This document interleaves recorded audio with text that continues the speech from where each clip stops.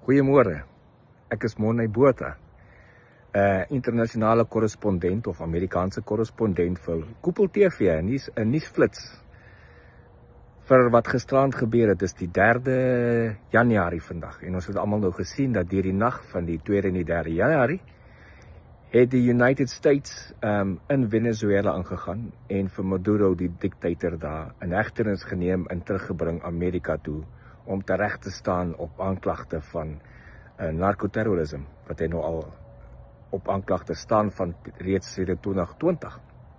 Intussen het hy gaan wegkruip daar in die laaste klomp maande in sy eie land waar hy regeer as 'n diktator. En hy het ook agtergekom dat die Amerikaanse regering is besig om te kom om te soek. Die ding is, Amerikaanse regering het ook vir hom baie geleenthede gegee om uit te tree, uit te staan, af te staan sy diktatorskap en op sy eie te gaan en om die land oor te gee in demokratiese regering. En wat hy afgesaai het en het besluit dat hy sal opstaan as die Amerikaners iets kom doen, sal hy Amerika teenstaan. Want hy wil sy diktatorskap laat voorberei.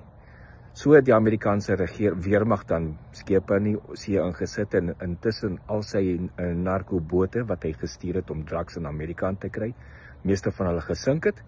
En so gisterand het hulle besluit, Donald Trump besluit, is nou tyd om hom te gaan afhaal.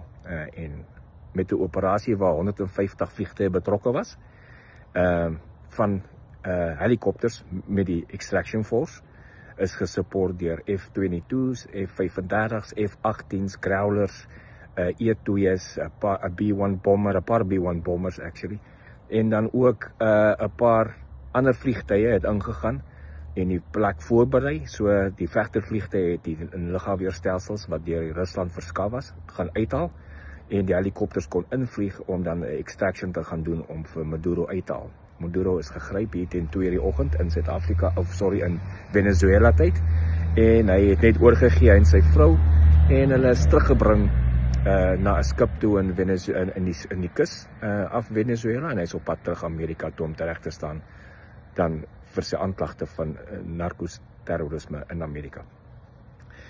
Hierdie is 'n baie duidelike boodskap in die res van die wêreld dat lande soos Venezuela, Iran, die wat met diktators sit, wat terrorisme sponsor, julle is nie veilig nie. Dat is nou weer gewys dat Amerika het die vermoë om 'n groot mag soos dit, 150 vliegtuie met honderde troepe in te gaan om iemand uit te haal en die plek oor te neem, sonder die verlies van enige Amerikaanse soldaat of enige Amerikaanse vliegtuig. Een van die helikopters is laag geskiet, maar hy teruggevlieg, en hy is op die oomblik terug waar hy was, so daar was nie ander skade op enige van die militêre vliegtuie van Amerika of enige soldaat nie. Intussen is daar baie verliese aan die Venezuela kant, al die lugafweerstelsels is vernietig, en Amerika is in beheer van een van hulle basisse.